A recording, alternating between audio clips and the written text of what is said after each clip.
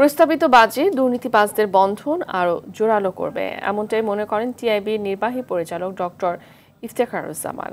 15% কর দিয়ে কালো টাকা সাদা করার সুযোগ সংবিধান ও মানবাধিকার পরিপন্থী বলছেন সিপিডির ফেলো ডক্টর দেবপ্রিয় ভট্টাচার্য। অর্থ মন্ত্রণালয়কে রাজনীতি প্রভাবমুক্ত করতে না পারলে বাজেটে মানুষের কষ্ট লাঘব হবে না বলছে সম্পাদক পরিষদ। শরীয়ত খানের রিপোর্ট। প্রস্তাবিত বাজেট বেনজির, বৈষম্যমূলক ও সংবিধান পরিপন্থী। বাজেটে প্রান্তিক মানুষের জন্য তেমন কিছু নেই। হুন্ডি, অর্থ পাচার রোধেও দিক নির্দেশনা নেই। এসডিজি বাস্তবায়নে নাগরিক প্ল্যাটফর্মের আলোচনা সভায় বক্তারা এসব কথা বলেন।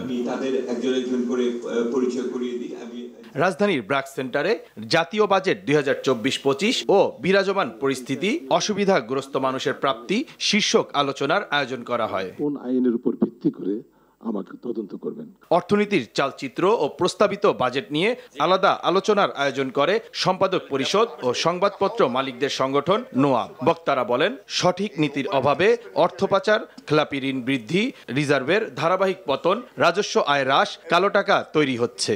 যদি সরকারের মধ্যে প্রতিটা স্তরে জবাবদিহিতা নিশ্চিত করা না যায়, ব্যাংকিং সেক্টরকে যদি একটা ডিসিপ্লিনের মধ্যে না আনা যায়, বাংলাদেশ ব্যাংকে ইন্ডিপেন্ডেন্ট এবং তাকে অ্যাকাউন্টেবল না করতে পারে প্রত্যেকটা ব্যাংকে, এবং বাংলাদেশ ব্যাংক অর্থ মন্ত্রণালয় থেকে এটাকে আলাদা না করা যায়, রাজনৈতিক প্রভাবমুক্ত না করা যায়, তাহলে কিন্তু আমি মনে করি বাজেট আমি দিব, জনগণের ভোগান্তি বাড়বে, কিন্তু আসলে আমার এই বাজেট জনমুখী হবে বলে আমি মনে করি না।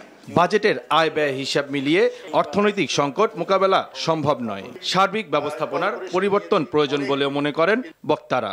সূর্যের আলোর মতো বাইরে নিয়ে আসেন, ট্রান্সপারেন্ট হন, স্বচ্ছ হন, জবাবদিহিতা করেন, তবে দেখবেন বাজেট যাই যে আকারেই হোক বাজেটটা ফলাফল। সরকারের যে মন্ত্রণালয়, বিভাগ, ডিপার্টমেন্ট যেগুলো পাবলিক সার্ভিস ইউনিট হিসেবে কাজ করে, এগুলো কিন্তু অনেক দিন থেকেই জাস্ট এক্সপানশন হচ্ছে, রিঅর্গানাইজেশন হচ্ছে, কিন্তু কস্ট সেভিংয়ের কোনো মোট উদ্দেশ্যকে অবজেক্টিভ সামনে না রেখে এই স্ট্রাকচারাল অ্যাডজাস্টমেন্ট ছাড়া এখন আমরা শুধু গতানুগতিক কতগুলো রেট ধরে আমরা ইকোনমিকে আবার একটা ইয়েতে নিয়ে আসবো, এটা কতটুকু সম্ভব হবে আমি সন্দিহান। বাজেট ঘাটতির বড় অংশই ব্যাংকিং ব্যবস্থা থেকে ঋণ নিয়ে মেটাতে হবে, কারণ বর্তমান অবস্থায় নতুন টাকা ছাপানো মানে বাংলাদেশ ব্যাংক থেকে ঋণ নেওয়া, এটা তো বিপজ্জনক।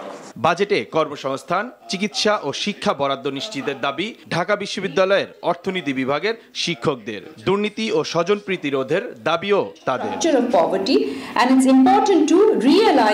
শরীয়ত খান, RTV, ঢাকা।